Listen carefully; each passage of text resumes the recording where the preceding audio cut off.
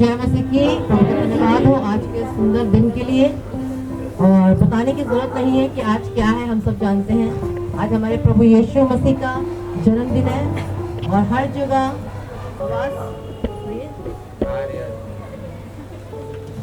Hello हर जगह, बहुत सी जगहों पे हर जगह, हर शहर में प्रभु को मानने वाले, जानने वाले लोग आज के दिन को किसी तरह से सेलिब्रेट करते हैं।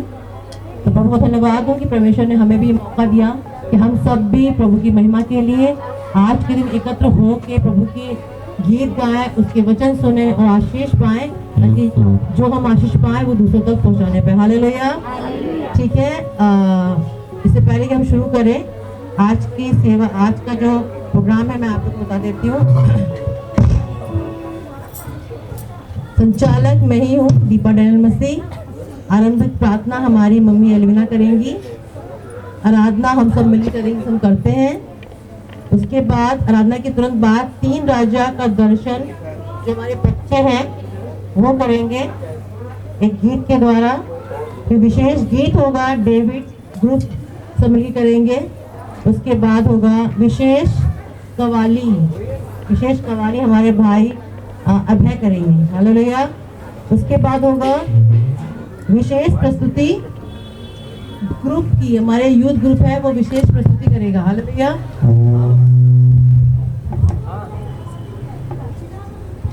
विशेष प्रस्तुति करने का मतलब है वो करेगा, स्किट करेगा, ड्रामा करेगा, नाटक करेगा, हिंदी में नाटक करेगा।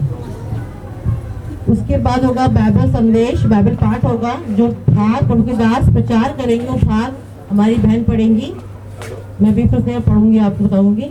हमारी बहन पूनम करेंगी, पढ़ेंगी। उसके बाद होगा बाइबल संदेश जो पास्टर अमित डैनियल मसीह ले लेंगे। उसके बाद अंतिम गीत होगा जब साथ है मसीहा। उसके बाद अंतिम प्रार्थना होगी, हमारा भाई अनुराग करेगा। उसके बाद आशीर्वचन पास्टर अमित डैनियल मसीह ले लेंगे। ठीक है, माइक ठीक हो जाए फिर हम लोग अपना वर्शिप शुरू करेंगे। धन्यवाद हो परमेश्वर ने हम सभी को मौका दिया। ये खुशी का माहौल है, हम सब सम्मिलित हो रहे हैं। तो यहाँ पर बंद करेंगे और प्रार्थना में चलेंगे। महान पिता परमेश्वर, मैं आपके चरणों का आप बहुत अच्छे महान प्रभु, हम आपका जितना भी धन्यवाद करते हैं परमेश्वर उतना हमारे जीवन में कम है प्रभु जी। धन्यवाद करते हैं समय के लिए प्रभु जी जो आज हमें आपने सभी को दिया है पिता परमेश्वर। हमारी प्रार्थना है प्रभु जी कि आने वाले समय में पिता परमेश्वर जब तक हमारे सबका जीवन रहता है प्रभु जी, आपके प्रेम में, आपके आनंद में प्रभु जी, और पिता परमेश्वर आपकी आशीषों के द्वारा प्रभु जी जीवन बढ़ता जाए और हमेशा हमेशा ये खुशी सभी के जीवन में बनी रहने पाए। दुआ है, प्रार्थना है प्रभु जी। और प्रार्थना करते पिता परमेश्वर जो लोग आज के दिन को नहीं देख पाए प्रभु जी, आज पिता परमेश्वर परिवार को प्रभु जी आपके हाथों सौंपते प्रभु। आप चले गए पिता परमेश्वर, उनकी आत्मा को शांति देना प्रभु जी। और जो सबको परिवार है प्रभु जी, उनके जीवन में आप शांति देना प्रभु जी। और ये खुशी के आनंद है प्रभु जी, उनके जीवनों को अपनी आशीषों बरकतों से और पिता परमेश्वर अपने आए समर्थ द्वारा सभी भर के रखना प्रभु। आज शुरू से अंत तक प्रभु जी आप पिता परमेश्वर हर कार्यों को प्रभु जी सभी के जीवन में आपने रखा पिता परमेश्वर।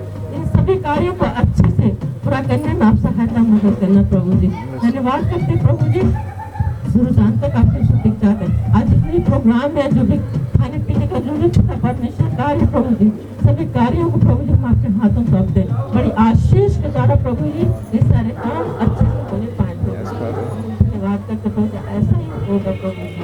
धन्यवाद करते आपके दिन के लिए और पिता परमेश्वर सभी के लिए प्रभु जी, जो जितने लोग आए प्रभु जी, जितने लोग आए पिता परमेश्वर सभी को अपने हाथों में संभाल के बचा के रखना प्रभु जी। हर बीमारियों से, हर दुख तकलीफों से, हर दुर्घटनाओं से, हर विपत्तों से, दुष्ट की चालों से पिता परमेश्वर, के कहर से प्रभु जी, सभी चीज से पिता परमेश्वर आप सभी की सुरक्षा सहायता मदद करना। धन्यवाद करते हैं प्रार्थना सुनने के लिए। प्रार्थना यीशु मसीह आपके पवित्र नाम से मांगते हैं। ठीक है, मम्मी को प्रभु बहुत आशीष दे। ये समय होगा हम लोग प्रभु के लिए कुछ गीतों गाएंगे, तो अपने पैरों पे खड़े हो जाएंगे, बैठ के नहीं गाएंगे हम लोग।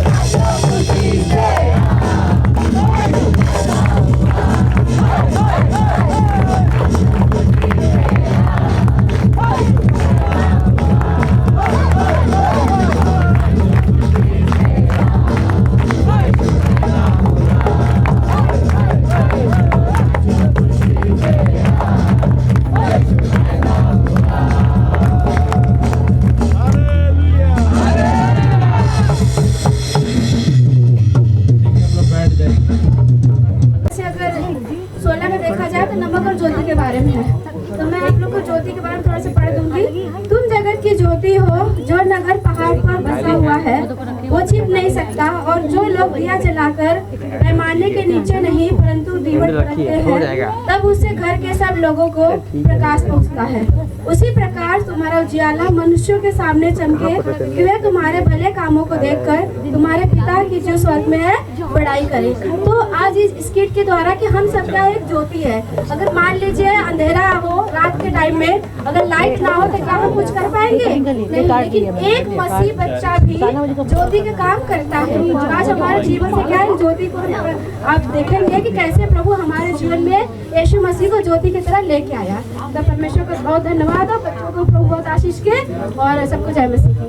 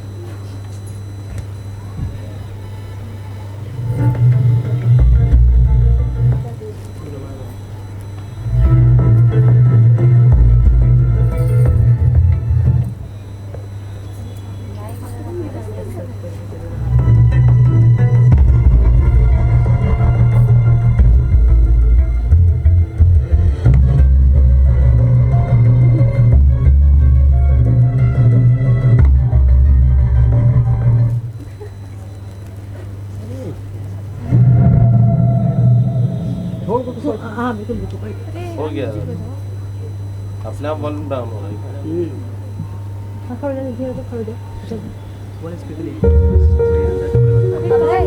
सॉन्ग बजा करके माइक के पास रख दो। The world waits for a miracle. The heart longs for a little bit of hope. Oh come, Emmanuel.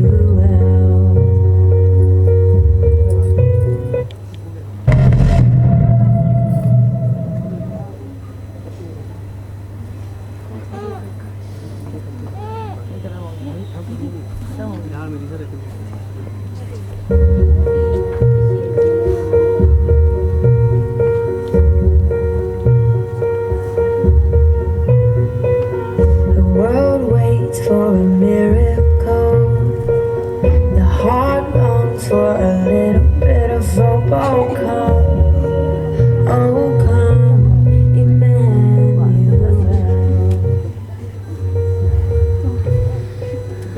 Child prays for peace on earth when she's called on the sea of hurt. Oh come, Emmanuel. And can you hear the angels singing? Glory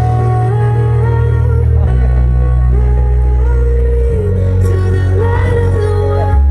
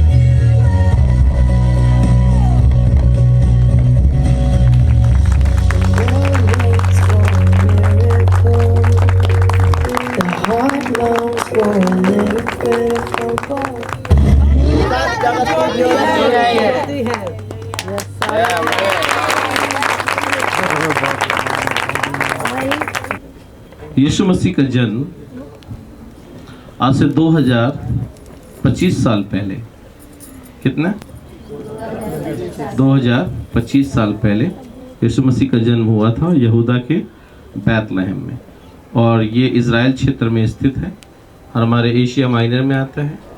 और जब यीशु मसीह ने जन्म लिया, हालात आज के जैसे नहीं थे। आज तो कुछ भी होता है, सोशल मीडिया का ज़माना है, लेकिन उस समय में जब जन्म हुआ तो बहुत साइलेंटली, किसी को पता भी नहीं चल पाया।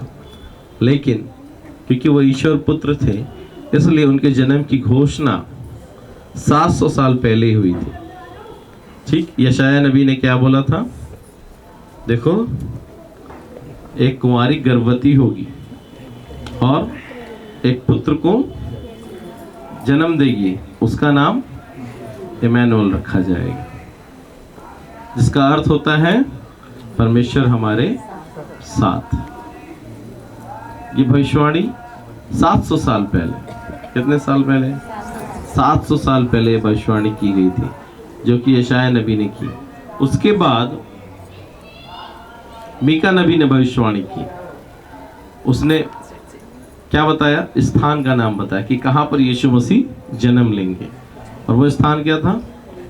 हाँ, मीका नबी ने इस तरीके से भविष्यवाणी की, ए बैतलहम है पराता, तो जो सबसे छोटा है, यहाँ तक कि गिना नहीं जाता, फिर भी तुझमें से एक अधिपति निकलेगा जो अपने लोगों का उनके पापों से क्या करेगा? उद्धार करेगा, और यही मसीह प्रभु होगा, और उसके राज्य का अंत ना होगा। हालेलुया। सो कहानी बहुत लंबी है, अगर हम शुरू करेंगे, आप बैठे रहेंगे, न्यू ईयर गुजर जाएगा। हम लोग को न्यू ईयर यहीं से सेलिब्रेट करके जाना पड़ेगा, वॉच नाइट सर्विस करके। लेकिन टू द वेरी पॉइंट, मुझे बहुत अच्छा लगा जो स्किट यहाँ पर परफॉर्म किया हमारे बच्चों ने। इम्पॉर्टेंट ये है कि क्यों यीशु मसीह इस धरती पर आए, ये जानना बहुत ज़रूरी है। आपको याद होना चाहिए, मैंने एक घटना बताई थी। एक पास्टर जी थे, वो अपने रूम में बैठे डिवोशन ले रहे थे, अपनी बाइबल पढ़ रहे थे, तो एक चिड़िया उनके घर में एक छोटे से छेद से अंदर आ गई।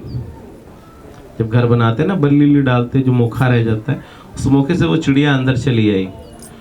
और पास्टर जी अपने डिवोशन कर रहे थे, बैठ के वचन को पढ़ा था। अचानक से जब उस चिड़िया पे नजर पड़ी, वो आ तो अंदर आसानी से गई, लेकिन वो निकलने की कोशिश बड़ी जगह से कर रही थी, और बड़ी जगह जो थी वो खिड़की थी, लेकिन वो बंद थी और उसमें शीशा लगा हुआ था।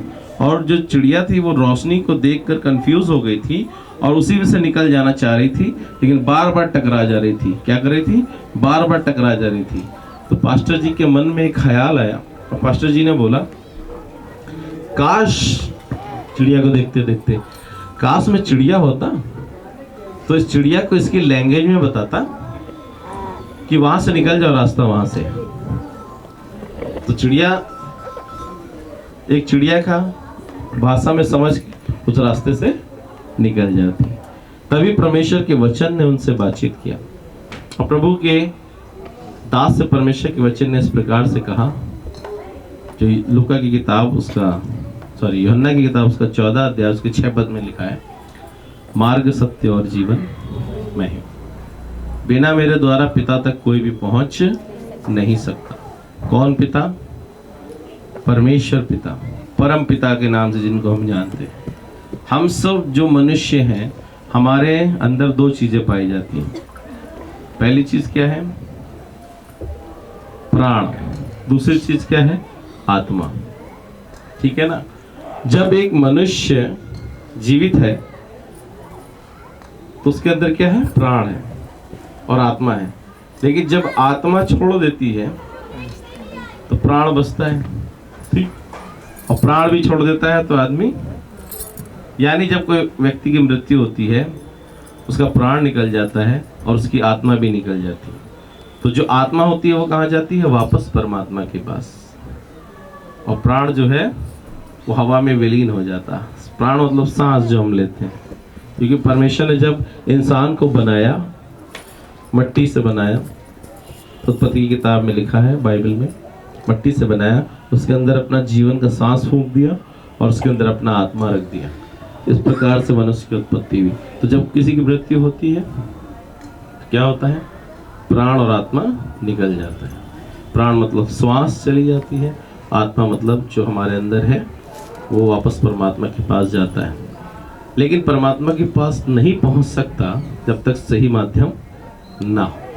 इसीलिए यीशु मसीह को जन्म लेना पड़ा। हम सबको पता है आदम और हवा ने क्या किया था। जो पहले स्त्री और पुरुष थे उन्होंने क्या किया था? परमेश्वर की आज्ञा का उल्लंघन कर दिया, इसलिए मृत्यु संसार में आ गई। उससे पहले मृत्यु नहीं थी। परमेश्वर ने हमें मरने के लिए नहीं बनाया था, लेकिन क्योंकि उन्होंने परमेश्वर की आज्ञा का उल्लंघन किया, इस वजह से परमेश्वर ने मृत्यु का दिन निर्धारित कर दिया। 60 साल, 70 साल, बहुत ज्यादा 100 या 120 साल, उससे ज्यादा लोग नहीं जीते। मृत्यु एक अपने आप में बहुत बड़ी सच्चाई है, जिसको बदला नहीं जा सकता। हम जीना तो सब चाहते हैं कि हम हजारों साल जिए, लेकिन सच्चाई में कोई जी नहीं सकता। बहुत मुश्किल से 100 साल अगर कोई निकाल ले, बहुत बड़ी बात है। आज के समय में तो 60-70 कोई निकाल ले, बहुत बड़ी बात है। लेकिन ये मृत्यु वास्तविक नहीं है, मृत्यु इससे भी बढ़कर है। ये जो मृत्यु हम बात कर रहे हैं, शारीरिक मृत्यु, ये तो है ही, लेकिन उससे भी ज्यादा खतरनाक है आत्मिक मृत्यु। आत्मिक मृत्यु का मतलब क्या है? जब हमारी आत्मा मर के परमात्मा के पास जाएगी तब क्या होगा? परमात्मा हमारी आत्मा को पकड़ेंगे और वापस, वचन में लिखा है, वापस उस शरीर में डालेंगे। Time will be reversed, Bible बताती है। समय क्या होगा? रिवर्स हो जाएगा। Time will reverse. फर्क नहीं पड़ता, मरने के बाद आदमी को दफना दीजिए, जला दीजिए, मट्टी में रख दीजिए, पानी में बहा दीजिए, कुछ भी करिए, लेकिन जब परमेश्वर न्याय करेगा, मालूम क्या करेगा वो? He will reverse the time. He will reverse the time. जब हम लोग कुछ वीडियो देखते हैं ना, तो क्या करते हैं? हमको दोबारा देखना तो हम क्या करते हैं? रिवर्स करते हैं ना। धरती पे जो कुछ हो रहा है परमेश्वर उसको रिवर्स कर सकता है, और जहां से उसको जरूरत होगी वहां से वो तो होगा। ये कोई बात नहीं, उठा दो भाई, सबके ध्यान इधर ही चला गया।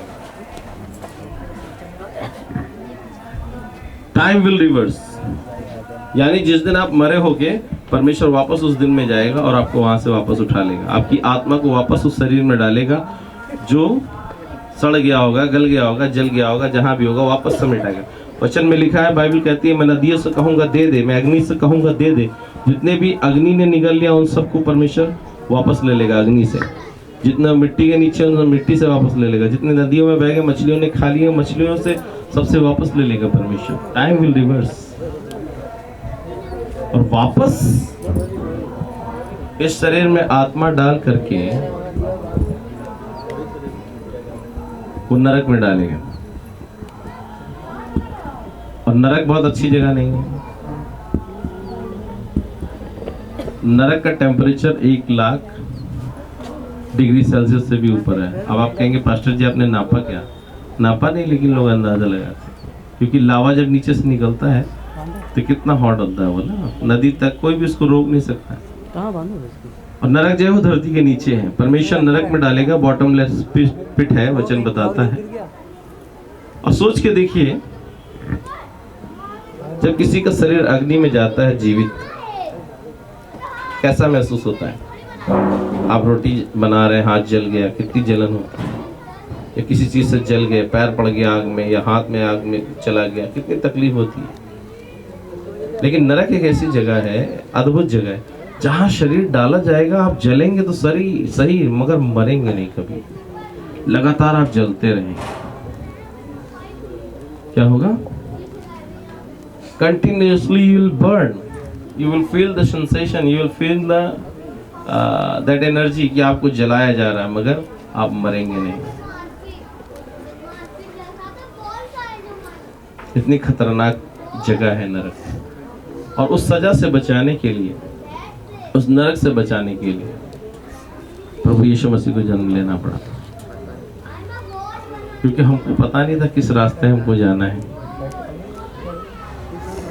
सबको लगता है यही सही रास्ता है, खिड़की में सर मार रहे लोग, लेकिन एक ही रास्ता है वापस परमेश्वर के पास पहुंचने का, वो है यीशु मसीह। क्योंकि जब सारे जगत के लोग पापी हो गए, कैसे पापी हो गए? आदम और हवा के पाप करने के कारण। हम पाप इसलिए नहीं करते हैं कि हम अच्छे लोग हैं, ठीक है ना, पाप करने के बाद हम खराब होते हैं। नहीं नहीं नहीं नहीं, हम पापी हैं इसलिए पाप करते हैं। हम जो कुछ भी गलत कर रहे हैं, it is the outcome of our being, जो हमारे अंदर नेचर है पाप का, हम उसके कारण से बुराई करते हैं। जो डीएनए हमारे अंदर है आदम और हवा का।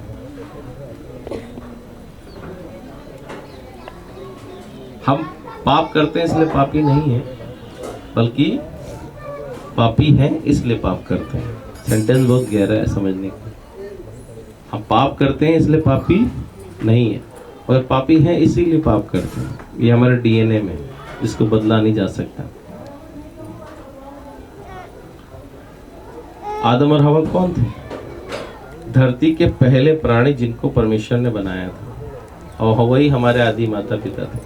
और उन्हीं के कारण क्या हो गया? सारी धरती श्रापित हो गई, उनकी आज्ञा ना मानने का, मृत्यु प्रवेश कर गई इस जगत में। जब ये हुआ तो हम भी उनके साथ मर गए। कैसे मर गए? मान लीजिए मेरे दादाजी अगर वो बिना शादी के मर गए होते तो मेरे पिताजी नहीं जन्मे होते, पिताजी नहीं जन्मे होते तो मैं नहीं जन्मा होता, मैं नहीं जन्मा होता तो डेविड भी नहीं जन्मा होता, है कि नहीं? यानी अगर मेरे दादाजी मर गए, सब कुछ उसी में खत्म हो गया। वैसे ही जब आदम ने पाप कर दिया, मृत्यु आ गई, सब लोग मर गए आदम के साथ, सब दंडित हो गए। मतलब परमेश्वर की नजर में सब नरक में डालने जाने के साथ बराबर, क्योंकि वही हमारे आदि माता पिता थे, उन्हीं ने गलती की, लोगों को पता ही नहीं। आज संसार में इतनी त्राही त्राही क्यों है? लोग क्यों मर्डर कर दे रहे एक दूसरे का? भाई भाई को नहीं समझ पा रहा है, रिश्तों में कोई सच्चाई नहीं रह गई आज के समय में। लोग लालच के, अब ये तो सही ना, लालच, घमंड, जलन, ईर्ष्या। और वो जो मोमबत्ती बुझा रहा था, मालूम वो शैतान था, ऐसे ही काम करता है। लोग जीवनों को अंधकार में लेके जा रहे हो, लेकिन यीशु मसीह जगत की ज्योति बनकर क्या किया? उसने जन्म लिया। क्या किया? जन्म लिया। और वचन में लिखा है संसार के सारे पापों को लेकर वो कलवरी क्रूस पर क्या हो गया? बलिदान हो गया। क्या हो गया? बलिदान हो गया, सारे जगत की पापों को लेकर। कैसे हुआ ये? मान लीजिए मेरा जितेन भाई से झगड़ा हो जाए और मैंने जितेन भाई का मर्डर कर दिया, ठीक? जितेन भाई का मर्डर कर दिया, अब क्या होगा? पुलिस आएगी, लेके जाएगी, कोर्ट में केस चलेगा, है कि नहीं चलेगा? फिर क्या होगा? ताजीराते ही दफा 302 के तहत फांसी की सजा होगी, टिट फॉर टैट। तो मान लीजिए मैंने मर्डर किया जितेन भाई का और हमारे कोर्ट में केस चल रहा है, और अचानक से मेरी वाइफ आती है जो मुझसे बहुत प्रेम करती है, और वो कहती जज साहब hold on hold on, Jiten भाई को अमित जी ने नहीं मारा, मैंने मारा, आप मुझे सजा दीजिए। तो कोर्ट क्या कहेगी? क्योंकि स्वयं आप अपने मुंह से अपने खिलाफ गवाही दे रहे हैं, इसलिए हमें दूसरे गवाहों की जरूरत नहीं है। इसलिए अमित जी को बाइज्जत बरी किया जाता है, और दीपा जी को दफा 302 ताजीराते हिंद के तहत फांसी की सजा फलाने दिन सुनाई जाती है। मर्डर किसने किया था? मैंने। मगर मेरा इल्जाम किसने ले लिया? मेरी वाइफ ने। सजा किसने पाई? मेरी वाइफ ने। बिकॉज ऑफ हर मैं जिंदा हूं, ऐसा सोच लीजिए आप, उसकी वजह से मैं आज जिंदा। तो उसी प्रकार से यीशु मसीह संसार के सारे लोगों के पापों को लेकर परमेश्वर के सामने, उसका कोई गुनाह नहीं था, वो बलिदान हो गया। और आज जब हम प्रभु यीशु के नाम से प्रार्थना करते हैं तो तुरंत रिस्पांस देता है स्वर्ग, परमेश्वर पिता। क्यों? क्योंकि अब हम उसकी दृष्टि में क्या है? निर्दोष है। हालेलुया। जो हम जी रहे हैं वो यीशु का जीवन है, जो सांसें हम ले रहे हैं वो यीशु की सांसें हैं, क्योंकि वो मेरे और आपके लिए बिहाफ में परमेश्वर के सामने, परमेश्वर ने कहा सारे लोगों को संसार के नरक में डालने से अच्छा है कि मैं ही उपाय करता हूँ, कि मैं ही जन्म लेता हूँ लोगों में और मैं ही सबके पाप को लेकर, क्योंकि परमेश्वर उत्तम न्यायी है, वो अपने न्याय से नहीं भाग सकता। बोलता मेरा क्रोध मेरे ऊपर ही आने दो, मगर मैंने जिस उद्देश्य के लिए मनुष्य को बनाया था वो सारे मनुष्य का बचना जरूरी है। और इसी कारण से प्रभु यीशु मसीह संसार के समस्त पापों को क्रूस पर लेकर के बलिदान हो गया और तीसरे दिन जी उठे और ये संदेश दिया कि जो कोई मुझ पर विश्वास करेगा, जैसे मैं मर के जी उठा हूँ वो भी जिएगा और मेरे साथ हमेशा के साथ स्वर्ग में आनंद मनाएगा। इसलिए जो प्रभु में विश्वास करते हैं वो यदि मर भी जाएंगे तो क्या होंगे? फिर से जीवित होंगे।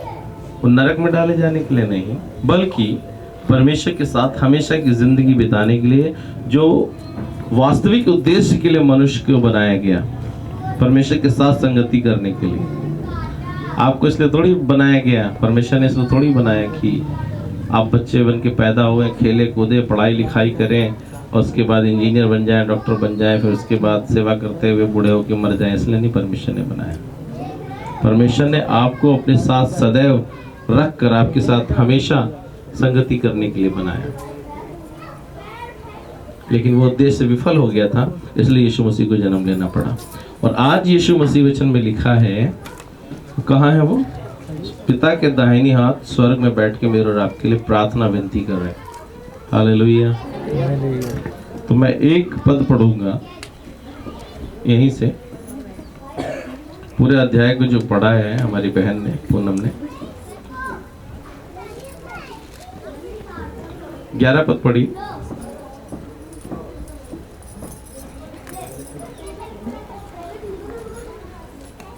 कि आज दाऊद के नगर में तुम्हारे लिए एक उद्धारकर्ता जन्मा है और यही मसीह प्रभु है। और फिर हमने पढ़ा गरड़िए जाते हैं, 20 पद को पढ़ दो। और गरड़िए जैसा उसने उनसे कहा गया था वैसे ही सब सुनकर और देखकर परमेश्वर की महिमा और स्तुति करते हुए लौट गए। हाँ, जो कुछ स्वर्गदूत ने दर्शन दिया था वैसे ही उन्होंने पाया और परमेश्वर की स्तुति करते हुए वो लोग वापस चले गए। प्रभु यीशु मसीह मेरे और आपके लिए जन्म दिया और हम धन्य लोग हैं जो परमेश्वर की क्रोध से बचे हुए हैं। हालेलुया। और परमेश्वर हमारी प्रार्थनाओं को ग्रहण करते हैं बिकॉज ऑफ जीसस। अगर वो निर्दोष रह जाता तो फिर हम कभी भी निर्दोष नहीं हो सकते थे। उसने सारे जगत के पापों को ले लिया ताकि मैं और आप निर्दोष हो जाए। आज हम सर उठा के प्रार्थना करते हैं परमेश्वर से। क्यों? क्योंकि हमें वो इज्जत वापस मिल गई। हम बाइज्जत बरी हो गए। अब हमको मर्डर की तरह परमेश्वर नहीं देखता, अब हमको व्यभिचारी की तरह नहीं देखता, अब हमको लालची घमंडी की तरह नहीं देखता। अब परमेश्वर हमें पाप के स्वभाव में नहीं देखता, बल्कि अपने बेटे यीशु के चेहरे में मुझे और आपको देखता है। और हमने पिछले संडे सुना था, हमने प्रभु को ग्रहण कर लिया, पहन लिया है। हालेलुया। और हम किसके जैसे दिखाई देते हैं? यीशु के जैसे दिखाई देते हैं। लोग कहते हैं कैसे बदल गया? अरे इतना प्रेम करने वाला कैसे बन? पहले तो बहुत क्रोध करने वाला था, झगड़ा करने वाला था, ये करने वाला था, वो करने। जैसे ही प्रभु हमारे दिलों में आते हैं हमारा नेचर चेंज हो जाता है। अब हम कैसे दिखते हैं? प्रभु के जैसे। बात कैसे करते हैं? प्रभु के जैसे। और प्रभु मुझसे और आपसे यही चाहता है। वो जो ज्योति है वो कभी बुझने ना पाए, वो हमारे हाथ में है। हालेलुया। जब आप शैतान को ना बोलेंगे वो ज्योति हमेशा जलती रहेगी, बुझा नहीं पाएगा। हम ज्योति की संतान हैं और ज्योति हमेशा अंधकार पे क्या पड़ती है? भारी पड़ती है। और हम जो प्रभु के मानने वाले लोग हैं हमेशा ज्योति की तरह चमकते रहे, परमेश्वर की इच्छा है। ज्योति की तरह हम कैसे चमकते हैं? जब हम लोगों से प्रेम करते हैं, लेकिन जब हम लोगों पर दया दिखाते हैं, है ना? कौन कौन से फल हैं ज्योति के? प्रेम, आनंद, मेल, कृपा, भलाई, धीरज, विश्वास, नम्रता और संयम। ये 9 फल हैं। इन 9 फलों में हम मुझे और आपको क्या करना है? बने रहना। और जितना ज़्यादा हम इन फलों में बने रहेंगे उतना ज़्यादा हम परमेश्वर के लिए चमकते रहेंगे। मसीह जन्म ले चुका, वो तो मर भी गया, वो तो चला भी गया, वापस जिंदा होकर के कहाँ? पिता के दाहिने हाथ। और वो वापस भी आने वाला है। किनको? लेने के लिए जो उसके लोग हैं। जब प्रभु आएगा तो जो जीवित हैं वो ऐसे चले जाएंगे, हम लोग ऐसे चले जाएंगे स्वर्ग। बाय फ्लाइट जाते तो बाय एयर जाएंगे हम लोग। और जो मर गया परमेश्वर उनको जिंदा करके वापस लेके जाएंगे। हालेलुया। जिंदगी इतनी नहीं है जितनी हम यहाँ जी रहे हैं, 60 साल, 70 साल, 80 साल। जिंदगी उससे कहीं बढ़कर है, क्योंकि अनंत जीवन की जिसकी बात हम करते हैं वो है 100 साल नहीं, 1000 साल नहीं, लाख साल नहीं, करोड़ों साल नहीं, अरबों साल नहीं, खरबों साल नहीं। It's unlimited. युगान युग के लिए हम परमेश्वर के सन्मुख रहेंगे और उसके मुख का दर्शन करते रहेंगे। ना वो भूख है, ना प्यास है, ना लज्जा है, ना पीड़ा है, वहाँ आनंद ही आनंद है। हालेलुया। इसलिए प्रभु यीशु आए थे ताकि मैं और आप पापों से क्या करें? मुक्ति पा जाए। और जो उस पर ईमान रखता है, जो ये कहता है प्रभु तो मेरा प्रभु है, परमेश्वर उन्हें अनंत जीवन देते हैं। वो जीवन है जो समझ में नहीं आता, लेकिन ये वो सच्चाई जिसको बदला नहीं जा सकता। सो प्रभु यीशु के आने का संदेश यही है कि सारे पापी लोग क्या किए जाए? बचाए जाए। और परमेश्वर के साथ जो असल उद्देश्य है परमेश्वर के साथ हमारा रहने का, उसमें हम प्रवेश करने पाए। आज के दिन के लिए इस प्रोग्राम को होने में तूने सहायता की। आगे भी प्रभु जो थोड़ा समय हम संगति करेंगे तो सहायता करना। सब तुझे आदर देते, महिमा देते प्रभु, क्योंकि तू आज हमारे लिए पैदा हुआ। हम इस बात को जानते हैं 2025 साल पहले से खुदावन, और तू ही हमारा सच्चा और अच्छा मुक्तिदाता है खुदा। तुझमें आनंदित है और तेरे अंदर प्रभु हम जीवन में भरपूर हैं। तूने हमें सारी जरूरतों को पूरा करते हुए आगे बढ़ाया है, इसके लिए हम धन्यवाद देते हैं। और जानते हैं कि और बेहतर हम तुझ में होते चले जाएंगे। सारा आदर, महिमा, गौरव, मान आपको देते हैं। प्रार्थना प्रभु यीशु के नाम से मांगते हैं। हमारे प्रभु यीशु का अनुग्रह, पिता परमेश्वर का प्रेम, पवित्र आत्मा की सहभागिता, संगति और सुरक्षा जो हम यहाँ उपस्थित लोग हैं हमारे साथ, हमारे परिवारों के साथ, और मसीह यीशु से प्रेम करने वाले संसार के समस्त विश्वासी परिवारों के साथ अब से लेकर हमेशा हमेशा तक नासरी यीशु के नाम से होती रहे। आमीन आमीन। आप सभी को एक बार फिर से बताए से धन्यवाद देते हैं कि आपने इस प्रोग्राम में भाग लिया। हम आप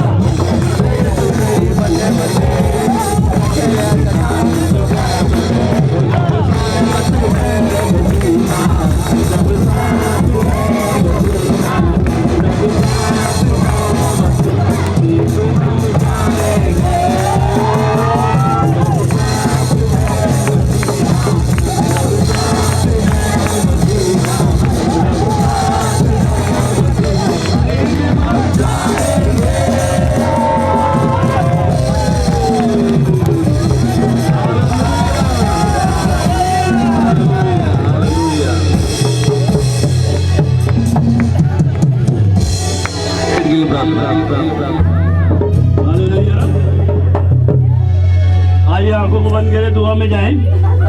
ये प्यारे प्रभु एक बार फिर आपके चरणों में आते हैं, आपके नाम को हम धन मुबारकबाद देते। पिता, जो भाई बहन ने भेंट दी है पिता, वो अच्छे कामों में लगने पाए, आपका हृदय गहराई धन्यवाद देते पिता।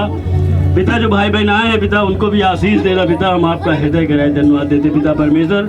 आज का दिन पिता परमेश्वर आपने ठहराया पिता परमेश्वर, वो खुशियाँ दी पिता, आपको हृदय गहराई धन्यवाद देते पिता। आप मेरी प्रार्थना को सुनते ग्रहण करते, इसलिए हृदय गहराई धन्यवाद। सारा आदर व जलाल आपको देते हुए प्रार्थना में उद्धार करता प्रभु यीशु मसीह के पवित्र और मीठे नाम से पिता इस दुआ को भी मांगते हैं, आमीन आमीन।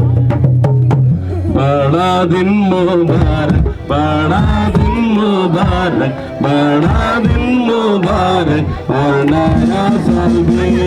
We wish you a Merry Christmas, we wish you a Merry Christmas, we wish you a Merry Christmas and a Happy New Year. बड़ा दिन मुबारक, बड़ा दिन मुबारक, बड़ा दिन मुबारक और नया साल भी। मुबारक हो तुमको और सब लोगों को, बड़ा दिन मुबारक और नया साल भी। Merry Christmas, we wish you a Merry Christmas, we wish you a Merry Christmas and a Happy New Year. आप सभी को बड़े दिन की बहुत बहुत शुभकामनाएं। Merry Christmas to you all, God bless you.